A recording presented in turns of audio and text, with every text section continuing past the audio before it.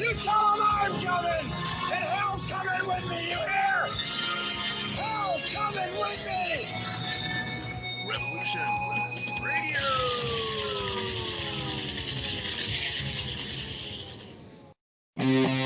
We did not engage in conflict that was out of line with our mission. Is it disloyalty? Is it sedition? Is it treason to oppose the hands of tyranny? Never! I will never send troops anywhere on a mission of that kind without telling them that if somebody shoots at them, they can darn well shoot back. I know not what course others may take, but as for me, give me liberty! Oh, give me death! A dark cloud is finally lifting across the world as U.S. military intelligence and their global partners are destroying the deep state criminal power structure that has ruled over our planet for hundreds of years. We are free with the God-given right, and we shall not yield that right to any power on earth. Hi, I'm Scott McKay. The world is at, and I am your host on The Tipping Point on Revolution Radio, where every Monday from 8 to 10 p.m. Eastern, we bring you the latest in this ensuing takedown of this global criminal empire. That's an image of strength. You'll get the raw, hard truth here on The Tipping Point. So come join us Mondays, 8 to 10 p.m. Eastern in Studio B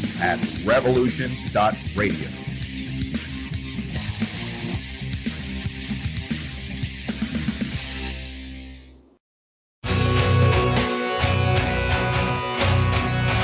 All right, thanks for listening while we take that right here at Revolution Radio, freedomslips.com.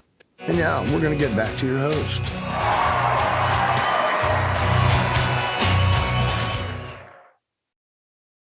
All right, it's 2 minutes past 3 in the afternoon here in the UK. I'm in the north of England in Newcastle. We've got a time change this evening, which takes me back to what I consider to be normal, which is 5 hours difference between here and the East Coast in the States. There's a couple of weeks where it's 6 hours difference, and it always confuses me. And there's a couple of weeks in the autumn where it's 4 hours difference, and that confuses me even more. Is that how it works? Something like that. Not sure exactly. So what have I been doing this week? I've been recording podcasts, believe it or not. So after all the experimenting with radio, and I was experimenting with Spreaker and with Anchor and with Podomatic, which are podcasting platforms. I've been doing that over the last couple of months. I've finally settled on one, and it's a platform that's been around for years. Podomatic's been around since 2005, I think. But the other ones are good. They're interesting, but for whatever reason, I don't do regular things with them. And if I'm going to be podcasting, it needs to be regular. So I've settled on every day, but instead of doing a half an hour podcast, I'm doing 3 10 minutes or 4 7 minutes or something like that. So it works out at about half an hour a day, but it's all in 10-minute chunks. And that seems to be working for me okay. So if anybody wants to take a look at that, you can do that. I've posted about 2 hours worth of stuff so far this week. And obviously there's an hour radio show to go on there as well. So it'll end up being about 3 hours of content a week. Most weeks. It might not be every week, but most weeks. What I've discovered though, which I find interesting, is because there's a lot of statistics that you get with the account. So I can see how many downloads, how many listens on each platform that they send it out to. It's a syndication platform, effectively. It sends the podcast out to Spotify and to Deezer, all those types of places. Anywhere you would normally get a podcast, it's probably going to have already sent it out there. If not, then Anchor and Spreaker will send it out there when I eventually upload the best ones to there. I might start doing that this afternoon, actually, when I finish doing this. What I've discovered though is I'm much better at being regular when I can see the change in the statistics. With Spreaker and with Anchor, it didn't have the statistics that I need to be regular. For whatever reason, I don't know why. It might just be my psychology, but I'm used to working to targets. I'm used to working to numbers because I'm in telesales. I'm in sales, so you have to work to the numbers because sales is a numbers game, as they say. So it's all about finding enough people that the percentage that convert is high enough to make a profit in sales, and it's the same principle with a podcast or with a radio show. There have to be enough listeners to make the 1% or the 2% or the 5% or whatever it is that turn into regulars. Has to be a high enough level to make it viable, to make it worth doing. And if I can't see the numbers, then I can't tell who's listening and who's not. But with podcasts, I can see the numbers, so that makes me happier. It makes me a happy man, and I like being happy. So the more time I spend with the podcast, the more numbers I've got to work with, and the more effective I can make the podcast at targeting a particular group of people. Once I find them, I haven't found them yet, but I've only really been doing this a couple of weeks, as far as the podcast's concerned. So that'll get there. I'm number 16 in the spirituality category at the moment. The podcast called Radio Projects .podomatic.com is the URL for it. I'll put that in the chat. Radio Projects is everything for me at the moment. Podomatic.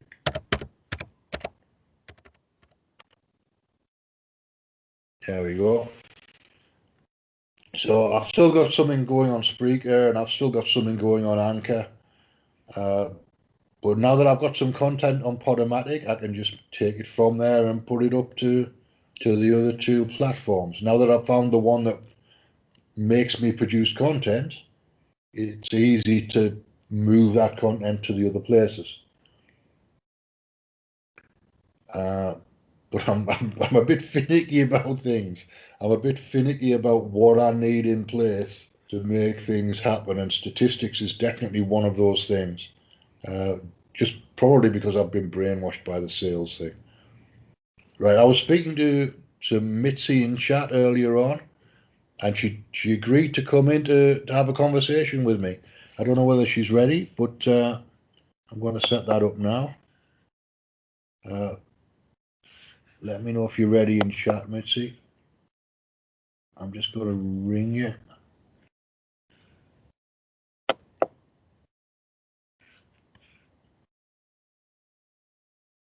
All right, not quite set up yet, so I'll continue. So the other thing I've been doing is I've been watching a lot of old TV. I'm trying to stay away from the news as much as possible.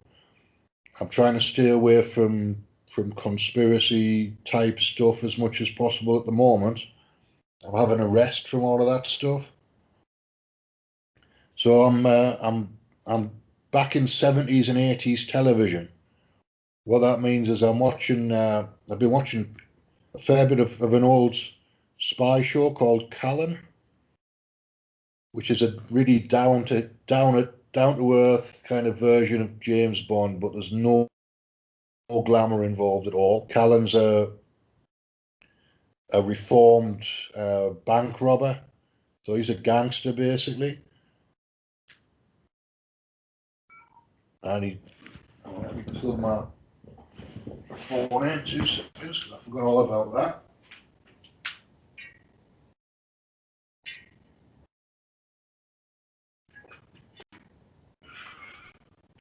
All right, the phone just went down to 1% battery, which would have been a disaster because it takes a couple of minutes to sort itself out. So I think I've rescued that situation by running over into the corner and plugging it in about 5 seconds. Yeah, so I'm watching a lot of 70s and 80s TV. I've been watching old episodes of Miss Marple and Poirot, the old Agatha Christie TV stuff, which David Suchet is very good as Hercule Poirot. Right, let me have a look and see if we can bring Mitzie in now.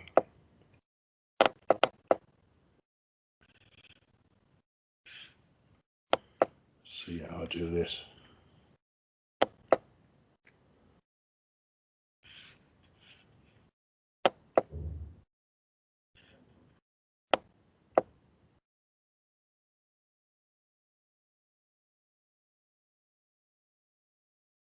There we go, right on the 11-minute mark. Hello. Hi, did you get your breakfast?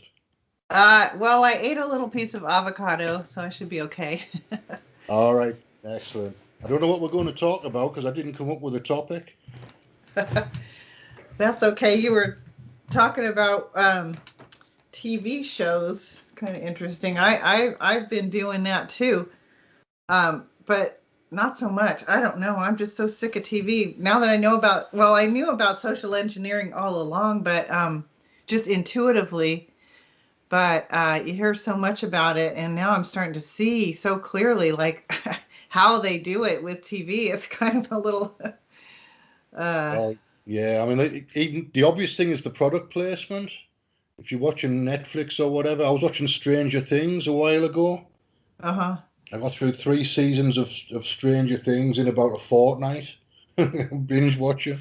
And the amount of Coca-Cola product placement in there was unbelievable. I mean, it was just like a Coca-Cola can sat on a table in the middle of everything for no reason at all. Wow. And, you know, and just there was no reason in the plot. I mean, obviously they're kids in the 1980s, and children do buy Coca-Cola on a regular basis, but there was no Pepsi in there. There was no Tango or Dr. Pepper or whatever else. So you know what I mean? There was only the Coca-Cola. Yeah. It's pretty disgusting. Well, I just laugh because I don't buy Coke anyway. I buy other stuff. I prefer Pepsi, and I don't know why I prefer Pepsi. I just do. I don't mind cherry Coke, but I don't really do Coca-Cola. Coke's too corporate, and Pepsi isn't. I don't know how that works. I don't know. It's been so long since I've even drank those kind of sodas. I mean, I do like a sip every once in a while. Root beer. I like root beer. But I've actually been making my own sodas lately, and they're so delicious. It's I got these recipes from these traditional foods books, and you can find them online too. But whenever I get a bunch of citrus fruit, because I live in California, and every once in a while someone comes up from Southern California with a big bag of fruit, or citrus fruit, because it's all in season kind of now. And I squeeze it up and make soda, because it gets really good after about 2 months because it's fermented. And so I'll make the soda, and now I've got a big, huge half-gallon of, I guess it's a combination, somebody's tree sort of hybrid itself, and it's a combination of grapefruit and lemons. And so it's really good. But if you leave it in the refrigerator, so when you make the soda, you put some whey in, like from the curds and whey that you hear about, Little Miss Muffet. Yeah. But so whey is like what separates from yogurt, with the water that separates out from yogurt. And so you put a little bit of that in there with the oranges and the water and a little bit of sugar. I use honey in mine, and just a pinch of salt, and that gives it that little sort of soda kick. It's kind of good. And so you leave it out on the counter for about 4 days, 3 or 4 days, and then you can stick it in the fridge. And I'm telling you, one time I forgot a bottle in there for about 6 months. And I thought, oh no, my science project has gone astray. But it turned out so good. It's like the longer you leave it in there, the better it is. I guess kind of like wine or something.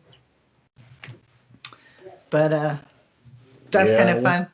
Yeah. I remember. Well, when I was little, my dad used to brew his own beer, so we had an Mm, airing cupboard full of beer for quite a while. And yeah. that was always funny. And he would brew me some ginger beer at the same time. Nice. So I always had ginger beer on supply when I wanted it. Oh, cool. So that was probably, yeah, real fermented sodas. That's how they used to make them, like the root beer, out of sassafras and other herbs. Yeah, so I've made them out of oranges. So you can make a natural orangina fermented, like orangina, what they sell in the stores. And then, I mean, and they're way better actually. Once if you let them sit long enough, they just get to where they're so delicious. And in the summertime, they're just really very refreshing because they don't have so much sugar in them. So they don't have that syrupy feeling to Yeah, them. and you're keeping a lot more of the skin with it as well. So you're getting the goodness that's in the skin. Right, right. Of course, you want to wash them. If they're not organic, you got to really wash the skins. I got that from Mexico because at the juice bars in Mexico, they always wash all the fruit. And I think here people just kind of cut them, and when you're in a store or in a place where they're making them. Never seen them wash them before, but I guess just to get the whatever Yeah, pesticides or something off. Yeah. pesticides. Yeah, Hmm. pesticides floating around on all that kind of stuff. Yeah. Over, over When you here, were definitely. when you were growing up, did you eat a lot differently than how people eat now? Yeah, it was all stews and Hmm. casseroles. So we would have a like a Sunday dinner would be a roast beef with Yorkshire puddings and like potatoes and veg or whatever. And my mum always managed to make the roast last about another 2 days somehow. Hmm. No idea how she managed to do that because I can't do it. Yeah, that's the way to the stews and stuff. That's like so important. I just got onto the GAPS diet to help my gut. I did it about 5 years ago, and it totally changed my life. Um, I grew up in a place where there's a lot of oil refineries and chemical refineries, and so I think I got really toxed out as I was little. Right. But and then eventually my gut just got so trashed out that basically anything that I ate hurt my stomach. And so then I heard about this diet to heal the gut lining, and I went on to it about 6. I guess no, it's been about 7 years now because I got off of it 5 years ago. I was on it for 2 years, and yeah, it totally changed my life. Um, but I've just got on it again recently, just for some skin issues that I'm having. And I noticed that I have been having stomach aches again, which I hadn't had for years. So it's a good timing for me to So start healing. what is the GAPS diet? What's the basis of that? Because I don't know anything about. Um, yeah, so the basis of it is basically traditional foods. So what you're talking about, your stews. But okay, so there's a whole bunch of lies that have been told about food. And one of them is that pretty much everything that our ancestors did, or our grandparents, great grandparents, that they were all really stupid, and all their food is really bad for you, including things like eggs and real salt, um, uh, animal fats, meat, so things like that. So over the course of about 2 or 3 or 4 generations, even people have been steering away from eating in the old ways, uh, and bone broth, stuff like that, like using the cheap cuts, like the joints and the bones to make soups and stuff. That's like gold. That's the basis of the GAPS diet is bone broth made out of joints and gelatinous cuts of meat. Because turns out that this broth, when you boil the bones with the cartilage still on there, um, it releases a lot of gelatin and collagen into the broth, and that gelatin and collagen is really what the gut lining needs to heal because of all these generations of not having it, really, because there's very few people who eat soups anymore.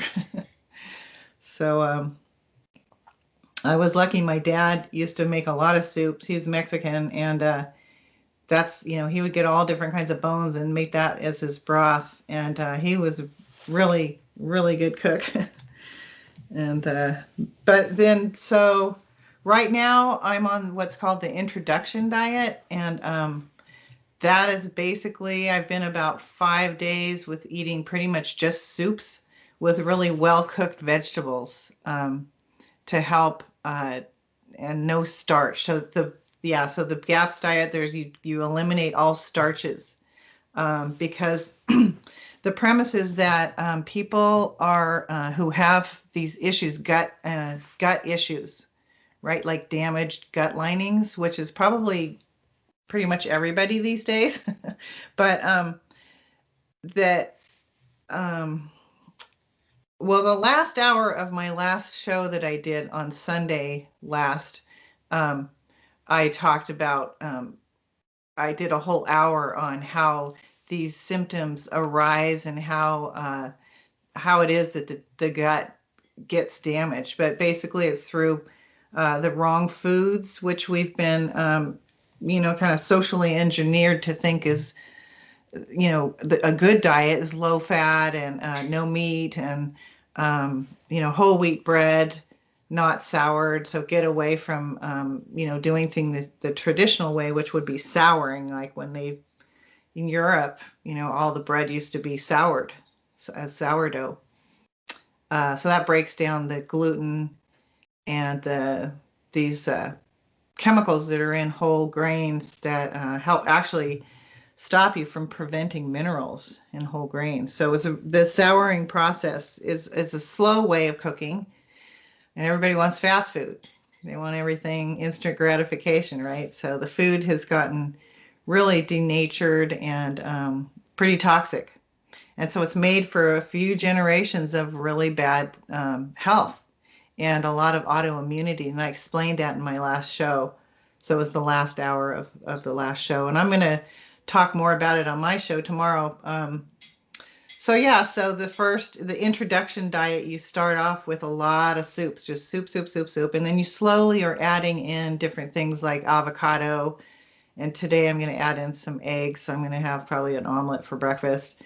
And then you just see what you can tolerate. If you start to add in a food too early, and you start to, like for me, my symptoms are stomach aches. Some people have blood sugar issues or, whatever the issues are that people have, why they got onto the diet.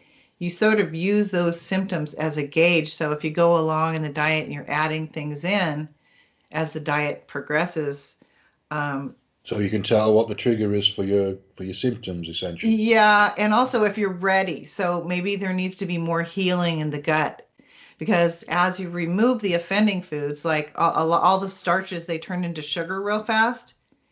And that feeds parasites that have been building up in people's systems over millennium, basically, or, hundreds of years or 100 years, maybe.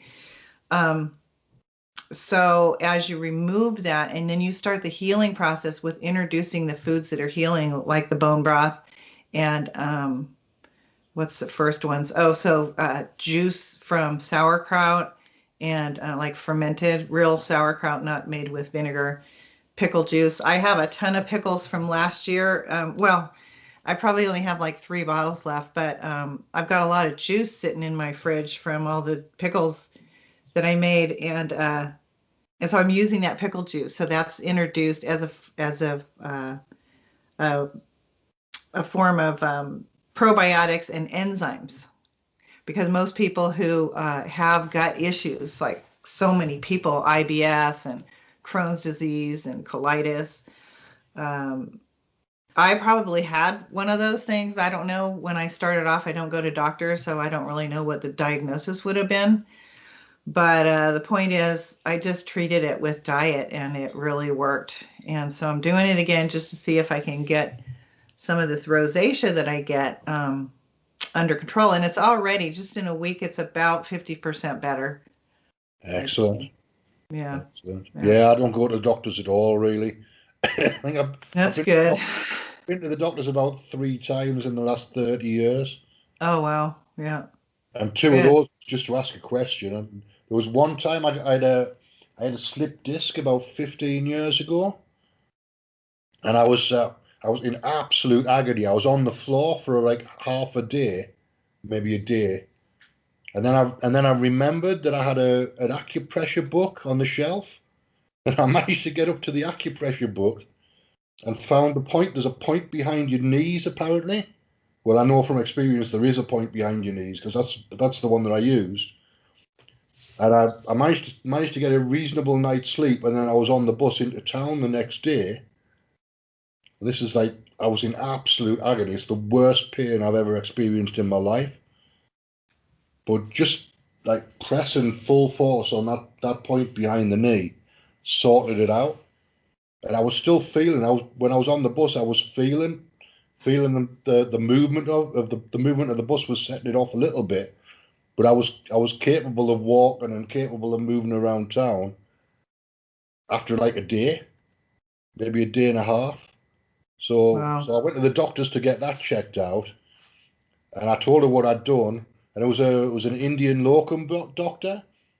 She just told me to lie down, took a look at my posture, and said, "Yeah, you had a slip disc, and it's sorted now." In a day? That's amazing. Day. Yeah. Wow. I couldn't believe it. I was out, like, I don't know I didn't know what was going on. I didn't know I'd slipped a disc until I got to the doctors. I was in absolute agony.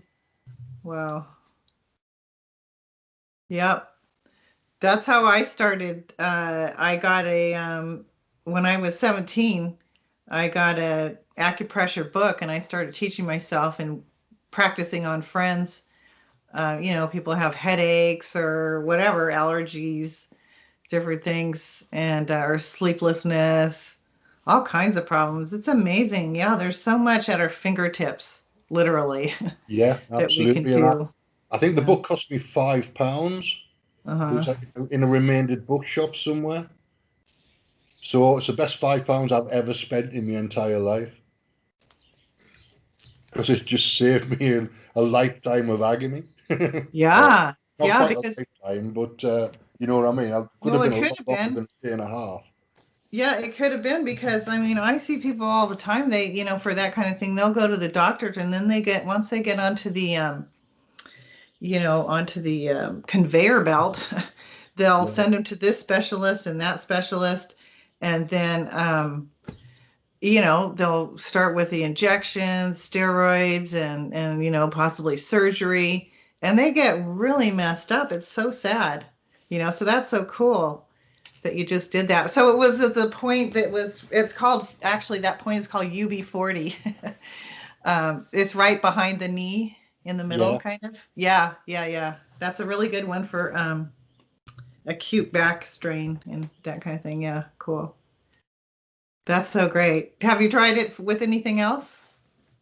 Well, the acupressure I use, there's a point I use quite a lot, which is just in the indentation by the collarbone, or by my neck. I don't know what you call it. I don't know what you call any of these things. I just do it. So it's like you cross your arms over and just push in with my thumbs on that point, and that helps a little bit with my neck gets tight sometimes. Oh yeah. So it loosens my neck up a little bit, that point.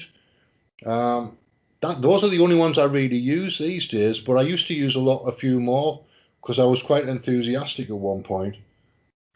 But those are the two that stuck by me. Those are the two I tell people about, because those are the ones that are easy to remember and easy to find. Mm-hmm. Yeah, and And so many people have neck pain and low back pain. So, yeah. yeah, I mean, I get a stiff neck all the time. Doesn't help that I'm sleeping on the sofa still, like, but that's just me. I like the sofa. It's more comfortable than my bed, so that's where I sleep. But I think it doesn't do my neck any favors being on here. Yeah. Do you have enough room to extend fully? Yeah, but yeah, I can manage. I can manage. Uh-huh. Okay. Yeah. And I do sleep on. I've got a futon in the other room, so I sleep on there every few days. I have a night on the futon, and I stretch out properly. Oh, yeah. Cool. How's your new place doing? How are you It's all liking it right. there? Yeah, Not that's not quite so new now. I've been here what 15, 16 months now. So it's all right. I mean, it's a mess, but that's the way I live. I've got stuff all over the floor. I've got like endless amounts of carrier bags everywhere with clothes in them. But that's the way I live. It's the way I like to live. So uh, I'd rather have things in front of me where I can see them than in a cupboard. And I don't know why. Probably I'm frightened that I might lose them or something. There's some kind of internal fear going on there that I need to look at maybe. But I know if I put them in the cupboard, they'll just be out on the floor again in 2 days. So it's pointless. yeah. Yeah. So are things still like totally locked down there, or are there any businesses open over there? The only things that are open are classed as essential businesses, which is obviously the food shops. Um, Takeaways are open, food takeaways. So the bakeries are open. Fish and chip shops are open. Oh, that's Uh, good. the Yeah. kebab places are open. Anywhere anywhere that does deliveries can be open as well. So I mean, with the takeaways, you have to wear a mask while you're in there, and they're only allowing 2 people in the shop at a time. Uh-huh. But and you have to have the door open all the time, so the door to the shop has to be fully, more or less fully open. Huh. So I mean, it can get quite busy in there because nobody takes any notice of the 2 people at a time rule, really. And But who's monitoring that? Like who's enforcing that? Is it just the shop owners at this point, or are the police yeah, going around? no, the police wouldn't be able to do anything. No. It's just the shop owners. They've been told they have to do it, but if they're licensed by their local council, they would have to do it. Otherwise, they lose whatever license they have to have. Food hygiene license, I suppose it would be. Hmm. Because where I live, well, we're kind of up in cowboy and Indian country up here. So everybody's a renegade.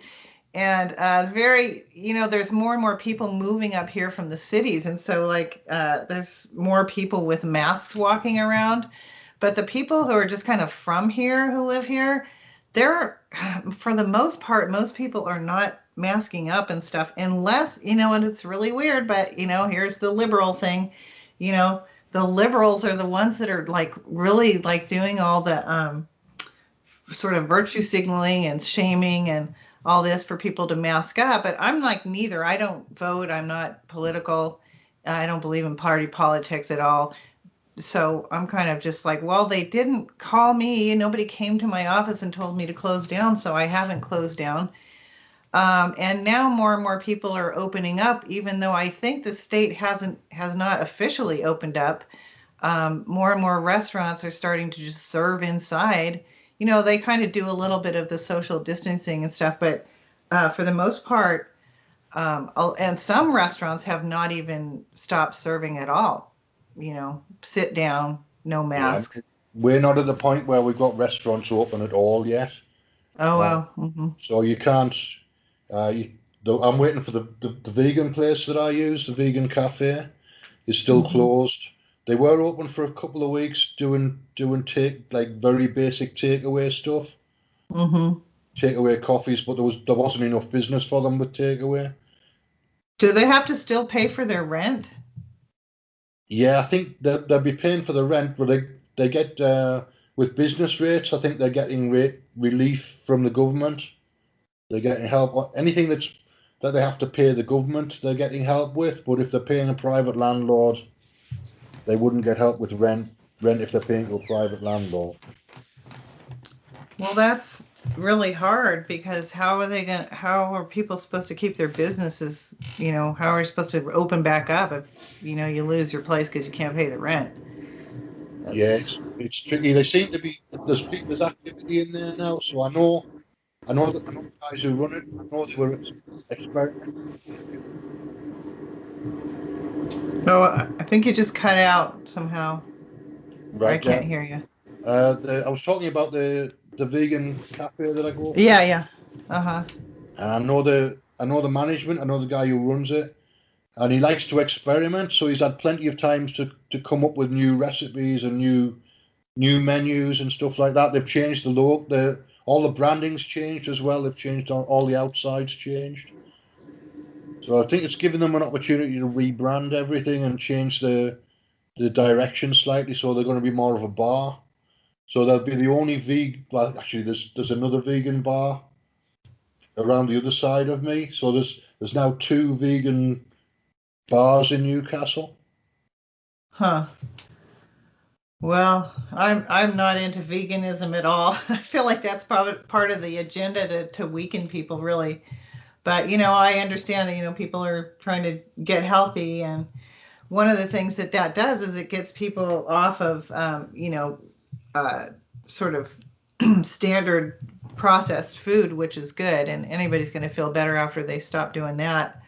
Yeah, absolutely. But interesting, yeah. Well, I'm hoping that, just it's like every day I walk out the house and just going, is this still happening? I can't believe it.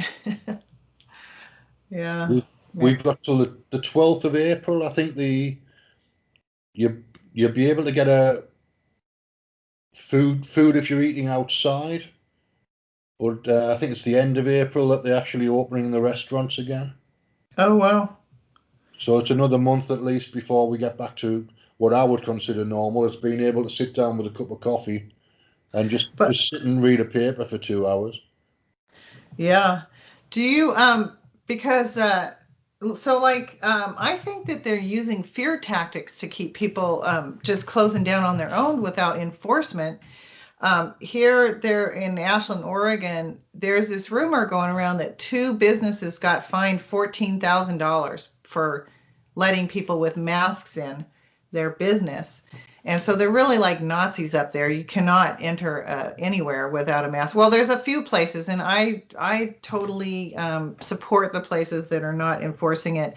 But but I've asked every single shop owner that I know, who are the people that got those fines, and it's a pretty small town. There's probably 50,000 people there or something, or 35 even. It's pretty small, and nobody knows.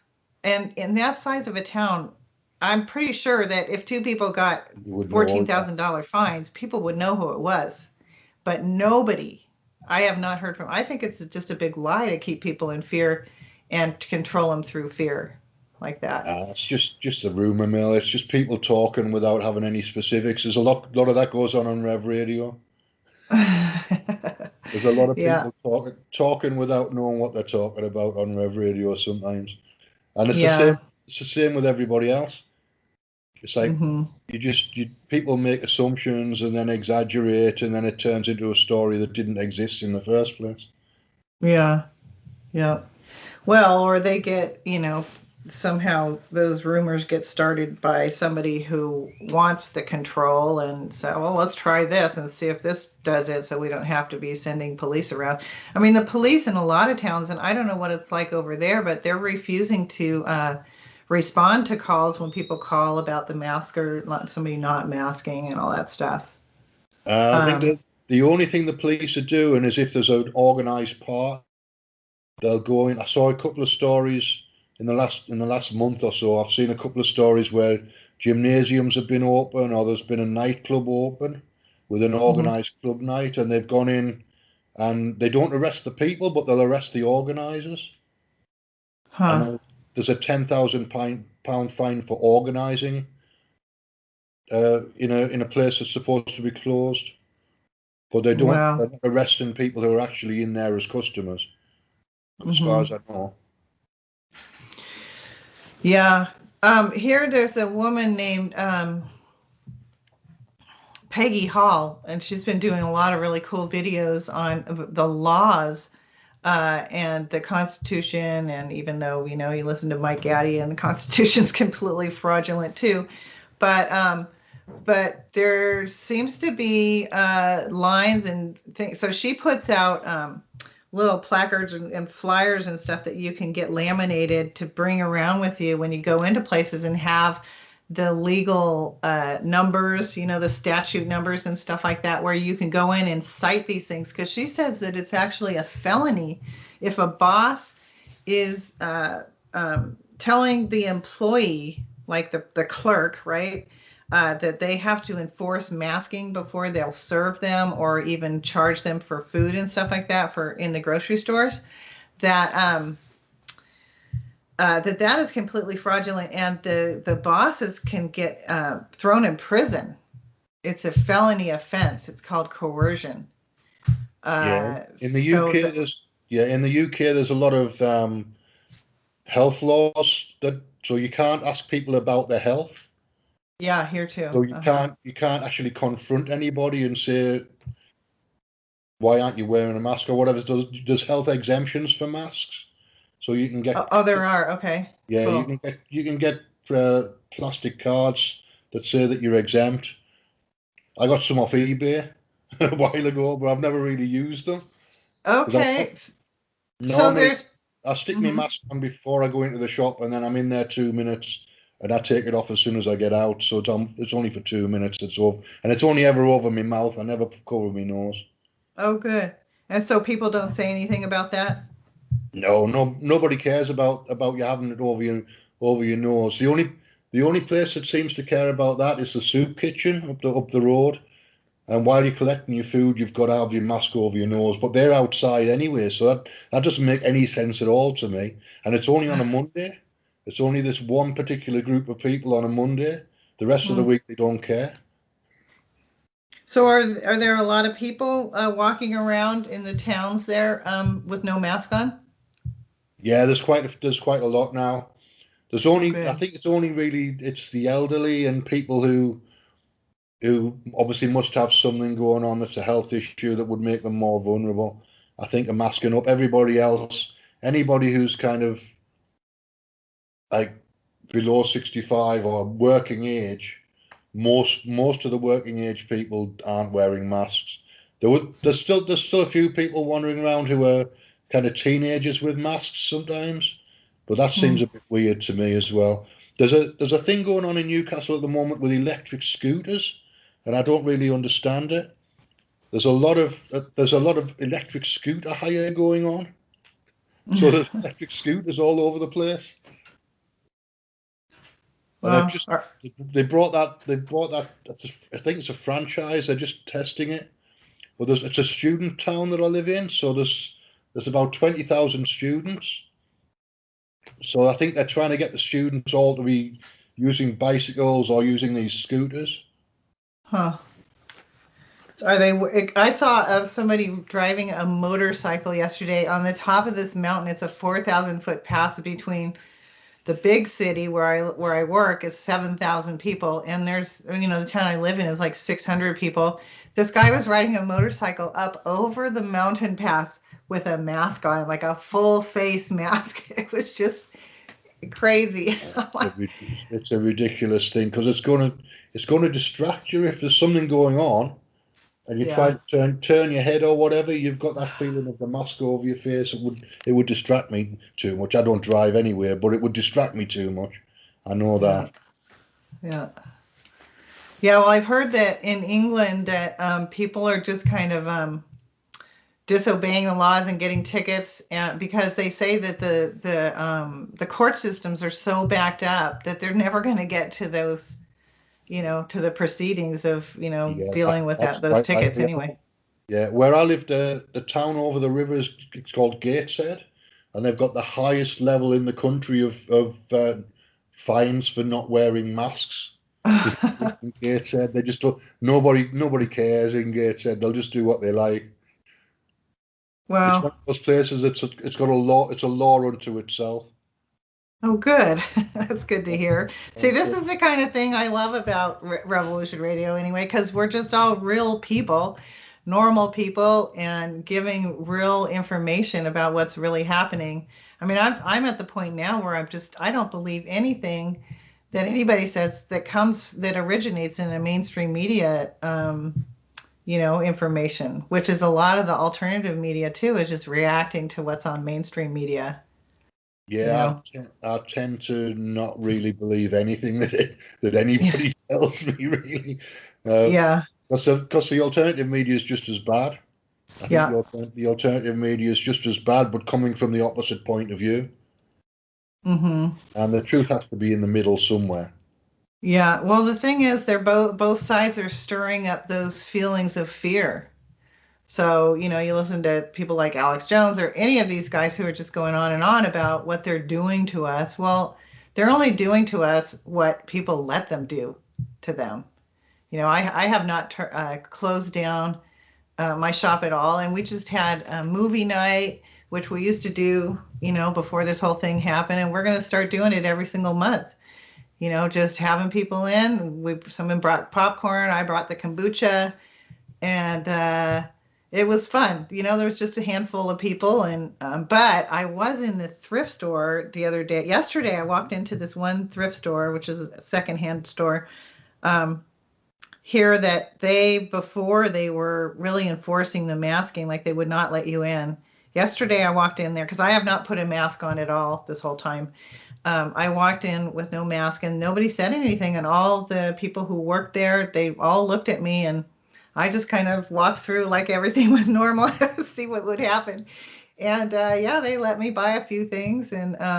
But there was this one guy in there. He was really evil looking guy, and he was just like so obviously giving me the evil eye and looking. And he literally looked me up and down, like down to my shoes. Wanted to see who I was, what my shoes looked like, and everything. He just like up and down with disgust.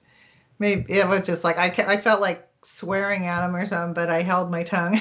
I just turned away.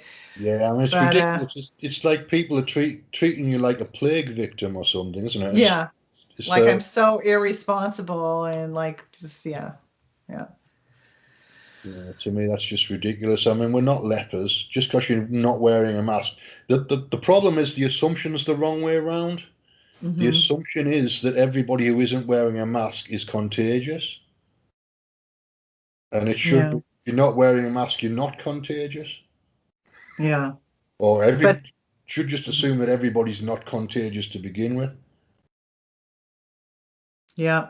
Well, they're the ones that are harboring all the bacteria and stuff in the mask that they're breathing in and out of and creating that perfect environment, the warm, moist environment you know, to produce more bacterias and get them nice and deep into your lungs.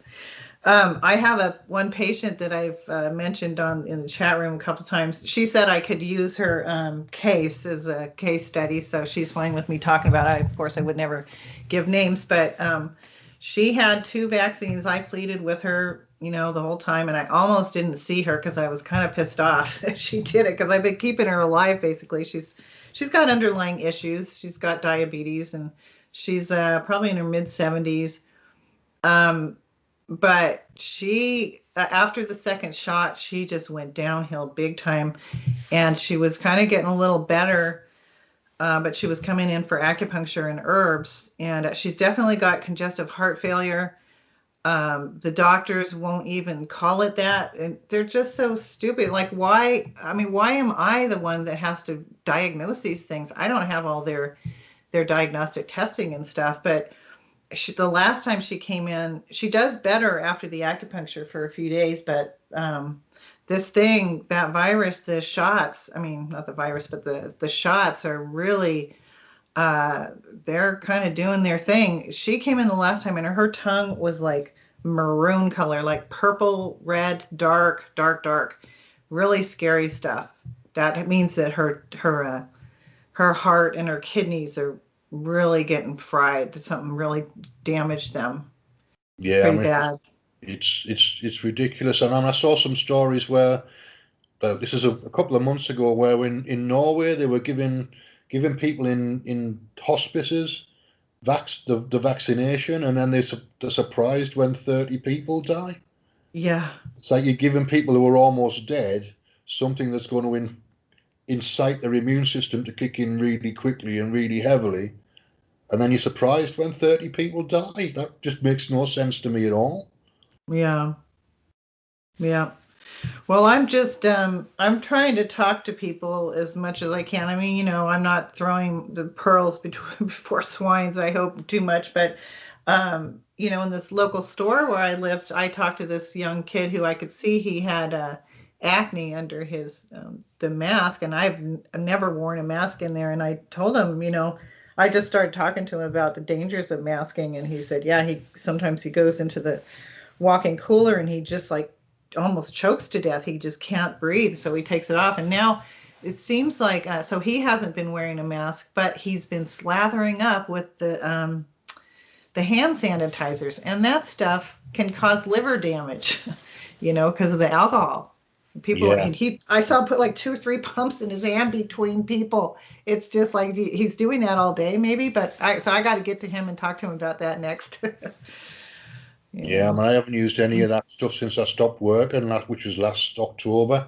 When I was working in the call center, we had to use hand sanitizer, but and we had to go. There was a one-way system in place, so they were sending me along past a whole load of people to go down the stairs at the opposite end of the office, when there was a perfectly good set of stairs at my end of the office with nobody, where I didn't have to walk past anybody.